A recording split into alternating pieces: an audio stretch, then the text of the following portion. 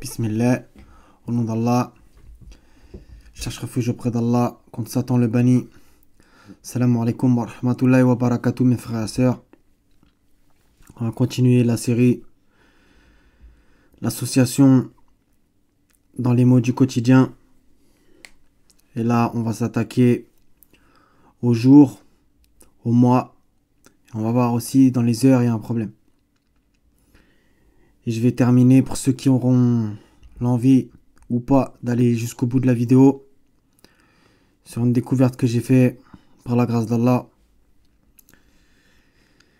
Et cette découverte donnera lieu à, Inch'Allah, une autre vidéo qui en parlera. Voilà. Trêve de blabla. Alors, l'étymologie du mot jour. Du moyen français jour, de l'ancien français jour, du latin diurnus. Donc voilà, j'ai cliqué sur diurnus. Étymologie du latin de dies, jour, avec le suffixe urnus qui est aussi dans nocturnus, qui a donné nocturne. Et diurne, ça veut dire de la nuit, quoi. Étymologie de dies, de l'indo-européen commun D-Y-E-W, donc ça se prononce peut-être Dieu, qui veut dire briller, soleil, jour ou Dieu, qu'il apparente à Deus en portugais, Dieu, divum, ciel, plein air, dives, riche, divus, divin, mais aussi au grec ancien Zeus, et là ça pose problème. Donc j'ai cliqué sur Zeus, grec ancien de étymologie de l'indo-européen commun D-Y-E-U, donc Dieu, lui-même issu de Dei, briller, qui donne aussi Dios, divin, Delos, visible, et le latin dies, jour. Voilà. Donc, jour qui veut dire Dieu, et dies, moi je m'embrouille du coup. Bref, du coup, y a Zeus qui apparaît, donc il y a un gros problème quand même. Vous voyez, il y a un gros problème. Du grec ancien Zeus apparenté au latin Jupiter, la fausse divinité, etc., etc., etc. Donc vous voyez que rien que dans le mot jour, il y a un problème. Donc, voilà. Les heures. Alors les heures, ça vient de la mythologie grecque, ça aussi. Pour ceux qui n'étaient pas au courant et qui n'avaient pas vu la première partie de ma vidéo. Dans la mythologie grecque, les heures, en ancien grec, H-O-R-A-I, donc Horae, je pense, saison, en latin Horae, sont un groupe de déesses personnifiant les divisions du temps. Donc vous voyez, c'est quand même grave, parce que quand on dit telle et telle heure, ben voilà, ça parle, c'est un groupe de déesses. Vous voyez comment on baigne dans le shirk, dans l'association. À l'époque archaïque, les heures sont les filles de Zeus, de Thémis, Hésiode en compte 3. Vous voyez, donc il y a un lien entre heures, qui sont des prétendues déesses, et les heures qui sont filles de Zeus, qui est prétendument Dieu. Alors que c'est une des divinités dans la mythologie grecque, alors qu'il n'y a qu'une seule divinité, bien entendu. Mais qui est dans la racine du mot jour, comme on l'a vu avec dièse, etc. Donc vous voyez, il y a un gros problème. Le mot moi, j'ai rien constaté d'associant, on va dire, comme association. Mais quand même, du moyen français et de l'ancien français, moi, du latin mensis, apparenté à une racine indo-européenne qui signifie lune. Voilà. Et on sait qu'il y a des adorateurs de la lune. Comme Allah dit, ne vous prosternez ni devant le soleil ni devant la lune, mais prosternez-vous devant Allah si c'est lui que vous adorez. Voilà. Donc le mot lune, on va me sortir que oui, on compte les mois grâce aux lunes, donc du coup ça signifie lune. On est d'accord. Mais bon, quand même.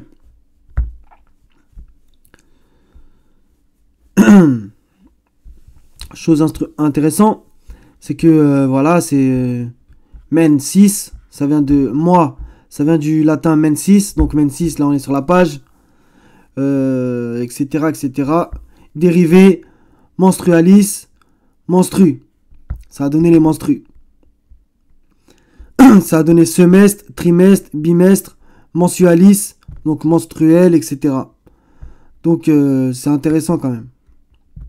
Voilà, on en apprend tous les jours. Maintenant, on passe aux mois. Voilà. Les noms des mois et leur signification.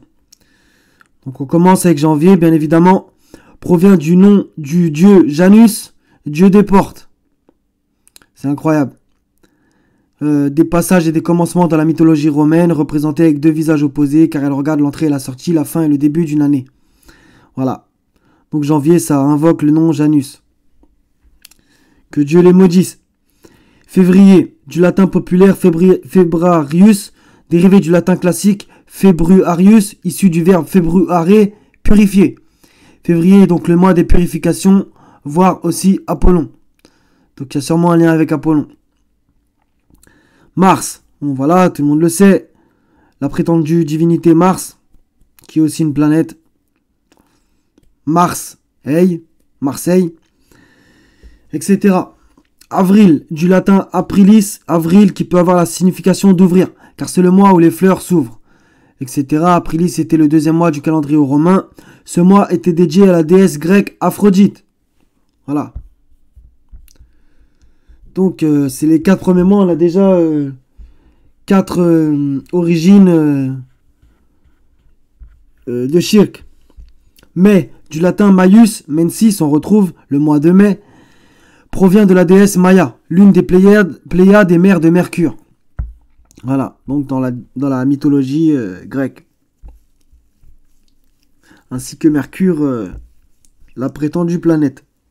Comme on l'a vu dans la partie 1, avec toutes les planètes, l'ensemble des planètes, Vénus, Saturne, Mars, Jupiter, même le mot Terre, tout ça c'est des fausses divinités. Toutes. Aussi incroyable que ça puisse paraître, même si pour certains je leur apprends rien. Juin vient du latin Junius. Ce nom fut probablement donné en l'honneur de la déesse romaine Junon. Voilà, ça continue. À l'époque antique, c'était le 4e mois du calendrier romain. Juillet, 2 interprétations possibles.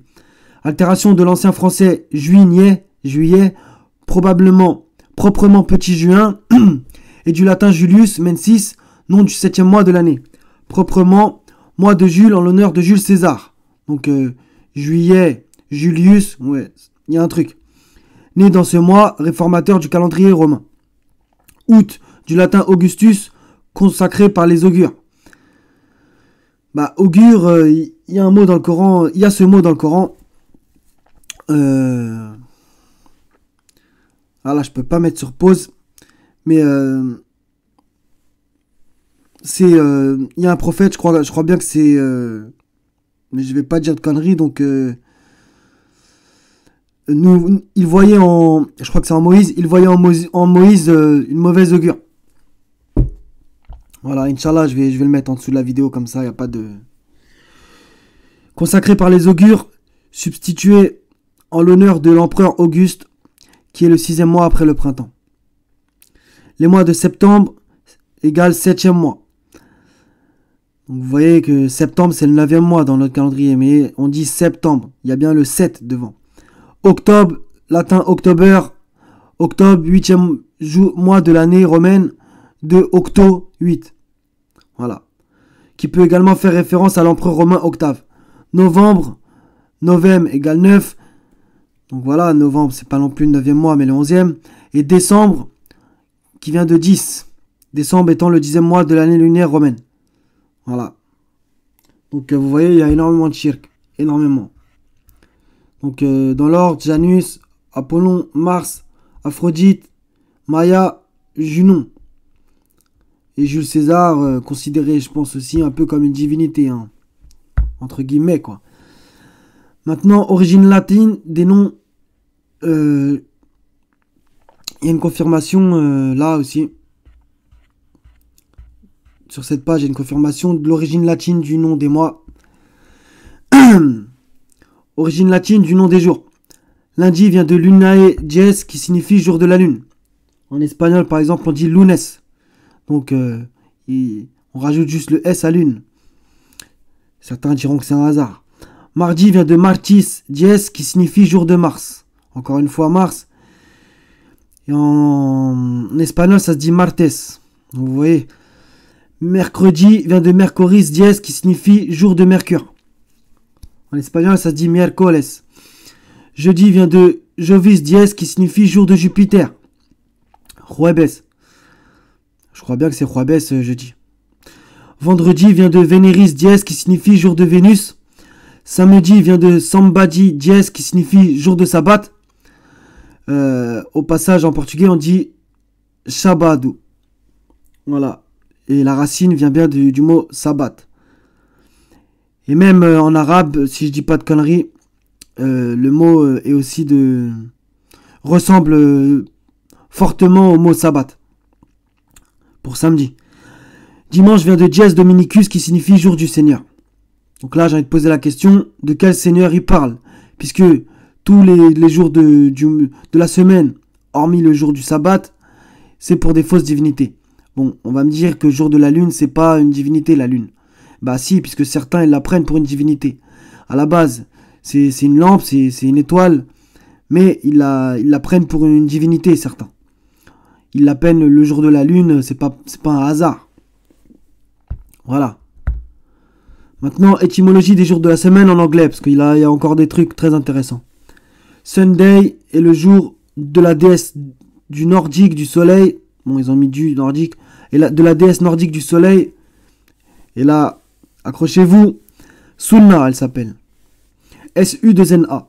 Donc, est-ce que ça se prononce Sunna et pas Sunna? Allez savoir. Mais quand même, c'est quand même très très étrange. Et ça, on va voir ça après.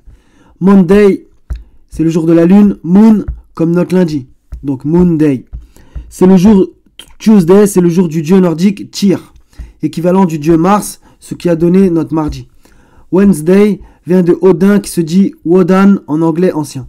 Friday de la déesse Freya, équivalente à Vénus, qui a donné notre vendredi. Saturday est dédié à Saturne, c'est le jour dont le nom est d'influence latine. Voilà. Voilà. Donc encore du shirk et encore du shirk. Donc j'ai vu que Sunday est le jour de la déesse nordique du soleil, Sunna.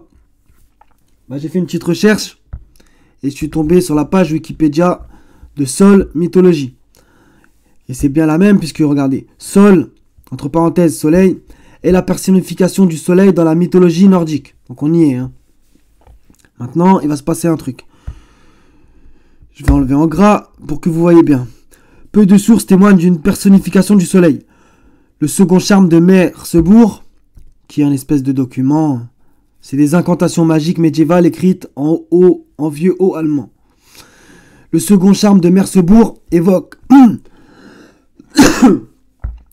la déesse Sunna. Et regardez, je le fais avec vous. Quand on clique sur Sunna, on atterrit sur la Sunna. Le terme Sunna en arabe, qui signifie tradition, cheminement ou loi. Donc voilà, j'étais un peu sous le choc. Même si on va forcément me dire, oui, mais Sunna, la prétendue déesse, c'est pas Sunna, la Sunna. On va voir qu'il y a quand même un lien, puisque les musulmans, Allah, il a jamais dit de suivre la Sunna prophétique. Jamais. Abadan. Au contraire, il a même dit de suivre seulement sa Sunna à lui. Sunnat il l'est. Comme on va le voir par la suite. Donc, ils ont été assez honnêtes sur Wikipédia. Je sais pas c'est qui l'a fait. Entre guillemets, peut-être un entre guillemets coraniste. Vu ce qu'il y a écrit. Je vois mal un sunnite ou un chiite dire ça. Donc, le terme Sunna apparaît plusieurs fois dans le Coran et elle est réputée appartenir exclusivement à Dieu. Là, il y a une petite erreur. C'est pas elle est réputée. Elle appartient exclusivement à Dieu. Cependant, il faut souligner que l'expression sunna prophétique n'est pas littéralement mentionnée dans le Coran. Non, ça c'est clair, jamais. Selon ce dernier, donc le Coran, il ne peut y avoir de dualité dans la sunna. Et elle a été même imposée aux prophètes. Ils ont écrit Mahomet, Mohammed. Voilà. elle a bien sûr été imposée au prophète, bien entendu. Donc on va lire 3 versets, même si c'est pas la traduction que je préfère, mais on va voir après d'autres versets, Inch'Allah. Donc 33-38, A'udhu billahi minash shaitanir rajim, Bismillah. Nul grief à faire au prophète en ce que Allah, Dieu, lui a imposé conformément à la sunna d'Allah. Donc si vous comprenez bien ce verset, ce que Dieu lui a imposé conformément à la sunna d'Allah, comment existerait-il une autre sunna que celle de Dieu, puisque Dieu a imposé sa sunna au prophète? Pourquoi le prophète aurait inventé lui-même une sunna? Voilà. Je répète, nul grief à faire au prophète en ce que Dieu lui a imposé conformément à la sunna d'Allah, qui a été aussi prescrite, qui a aussi été prescrite à ceux qui vécurent antérieurement. Pour ça qu'on ne retrouve pas de sunna de Ibrahim, de Isa, de Moussa, etc. Ils n'ont pas de sunna, ils n'ont pas de hadith. Leur sunna, c'est les livres. Même si le livre d'Ibrahim, Suhufi Ibrahim ou Moussa, les feuillets d'Abraham, on les a pas entre nos mains. Allez savoir pourquoi. Et Inch'Allah, on les retrouvera. Bon, j'arrête de couper. Qui a été aussi prescrite à ceux qui vécurent antérieurement. Le commandement de Dieu est un décret inéluctable. 33-62. Telle était la loi établie par Allah. Le mot loi ici, c'est sunna. Telle était la sunna établie par Allah envers ceux qui ont vécu auparavant, et tu ne trouveras pas de changement dans la sunna d'Allah, dans la loi d'Allah. 48-23. Telle était la sunna d'Allah, la règle appliquée aux générations passées, et tu ne trouveras jamais de changement à la sunna d'Allah, la règle. Traduit donc par loi ou par règle, et pas par tradition. Vous voyez là, comment ça pourrait vouloir dire tradition, alors que coraniquement ça veut dire règle ou loi. Posez-vous la question, les sunnites et les chiites, Inch'Allah. Alors, là ils vont être assez honnêtes. Dans le Coran, Dieu mentionne le terme de sunan, qui est le pluriel du mot sunna. L'emploi de ce mot est automatiquement traduit par une mise en garde contre ceux qui veulent adopter plusieurs sunnas. Exactement. Parce qu'il n'y en a qu'une, c'est celle d'Allah. Sunnatillah. Donc là, on revient à la prétendue déesse Sunna. Il y a eu une autre divergence concernant la Sunna. Certains disent que Sunna est un autre nom pour la déesse Sol et qu'ils sont en fait un seul et même, tandis que d'autres prétendent que Sunna était la fille de la déesse. Là aussi, dans la tradition païenne germano-nordique, l'astre solaire était personnifié par une déesse nommée Sunna, ainsi que la désignent les anciennes formules magiques de Merseburg. On retrouve ça. Découverte en Allemagne ou Sol, tel que la mentionne en Scandinavie ça imprononçable, 3e poème de l'Edda poétique. Voilà. Intéressant, Son conserve en outre la trace étymologique évidente du nom de Sunna, de la même façon que l'anglais Sun. C'est pour ça, Sunday, Sunnite, etc., il y a un problème. Même si on va me dire, mais non, c'est de l'arabe, etc., etc. Posez-vous des questions, mes frères et sœurs, s'il vous plaît. Donc, là, le mot sunna, il n'est jamais écrit seulement S-U-2-N-A, voire même S-U-2-N-A-H, comme on verra plus tard, comme l'écrivent les gens de la sunna. Il n'y a jamais écrit sunna tout court. Il y a toujours écrit sunnatu, lil sunnatil, sunnatin, sunnata. Vous le voyez par vous-même. Hein. Sunnatu, sunnata, li sunnati, sunnata, sunnata, li sunnati, sunnata. Sunnata, li sunnati. Voilà, dans chaque verset. Il n'y a jamais écrit S-U-2-N-A. Jamais. Voilà, mes frères et sœurs. Donc, pour les arabophones, vu qu'ils vont me dire oui, la traduction n'est pas bonne, je vais vous réciter Bidnillah en arabe. Le 1777, on verra que c'est très intéressant. A'udhu billahi minash shaitanir rajim, bismillah. Sunnata man kad arsalana kabalaka min rusulina wala tajidu lil sunnatina tahwilan. Voilà, on va voir c'est quoi. Telle fut la règle appliquée, la sunna, telle fut la sunna appliquée par nous à nos messagers. Vous voyez bien, la sunna appliquée par nous à nos messagers que nous avons envoyés avant toi, celui qui a reçu le Coran. Donc, comment voulez-vous qu'il invente une autre sunna que celle de Dieu? Et tu ne trouveras pas de changement en notre sunna, en notre règle, en notre loi. Voilà, rien que ce verset, il est ultra clair. Il n'y a pas besoin d'aller plus loin normalement. Sans compter que voilà, la sunna sera arrivée, voilà, Bukhari plusieurs centaines d'années après, etc., etc. On va me dire oui, mais l'imam Malik c'était avant, etc. Ça c'est du blabla humain. Prenons la parole divine, mes frères et sœurs, s'il vous plaît. C'est du blabla humain tout ça. Là, avec la parole de Dieu, ça met tout le monde d'accord normalement. Hormis les négateurs en fait. Désolé d'être cru, mais c'est comme ça. Ceux qui ne croient pas aux révélations d'Allah auront certes un châtiment douloureux. Donc voilà, là je suis sur Ilm Shari, pour ceux qui connaissent, le terme Sunna dans l'islam. Vous voyez, ils l'écrivent S-U-2-N-A-H. Vous voyez, c'est pas pareil. Allah il dit Sunnatu, Sunnatu, li sunnatina, etc., etc. Le mot, c'est pas le même. C'est pas le même. On va me dire oui, mais c'est parce qu'il y a un mot devant, nanana, donc ça colle, etc. Bref, laissez tomber. Je parle même pas avec vous en fait. Donc sens linguistique, on va voir que ça n'a rien à voir. Chemin, tariq ou sira, conduite, manière de vivre. Donc voilà, je sais pas d'où il... Je comprends pas. Bref. Moi ça me fait mal à la tête cette page, je vous le dis honnêtement. Donc je vais pas la citer entièrement. Vous irez voir, vous taperez le terme sunna dans l'islam, Ilm Shari, et vous tomberez sur la page. On doit chacun faire notre travail aussi. Donc voilà, ça rapporte des hadiths.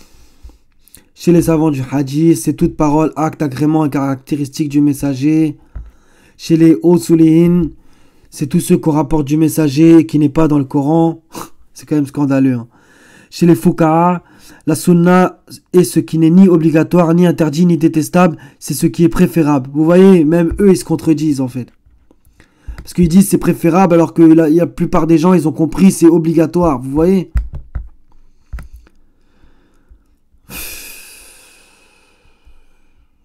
Franchement, ça fait mal à la tête de les lire. Là, ils vont dire un blasphème. On dit donc d'une personne qu'il est dans la sunna lorsque ses actions sont en conformité avec le livre d'Allah et la sunna du messager. Incroyable. Et on dit d'une personne qu'il est dans l'innovation. Vous voyez comment ils traitent ces gens-là. Lorsque ses actions sont en contradiction avec le livre ou la sunna ou l'un des deux.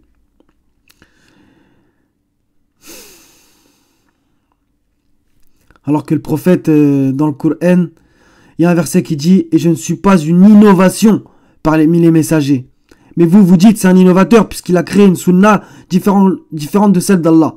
Et que les autres prophètes n'ont jamais institué non plus. Vous êtes au pied du mur. Hein. Voilà, donc Cheikh al-Islam, ce qui est grotesque de l'appeler comme ça, Ibn Taymiyyah, aurait dit, parce que par respect quand même pour les morts, on va pas dire qu'il a dit ceci, cela. Même si ça se trouve soi-disant dans un prétendu livre, etc.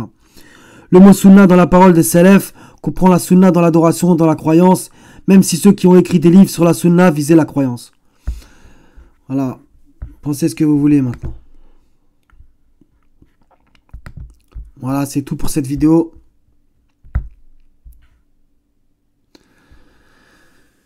Mes frères et sœurs, soyez bénis. Et comme Jésus a dit, qui cherche, trouve. Qui toque à la porte, on lui ouvrira. Et c'est Allah la vérité. Et c'est lui qui l'offre. Voilà mes frères et sœurs, soyez bénis. Qu'Allah nous aide, nous raffermisse et nous accorde la victoire sur ce peuple infidèle. Wa salamun ala al-mursalin walhamdulillahi rabbil alamin. La ilaha illallah wahdahu la sharika lah. Wassalamu alaikum wa rahmatullahi wa barakatuh mes frères et sœurs.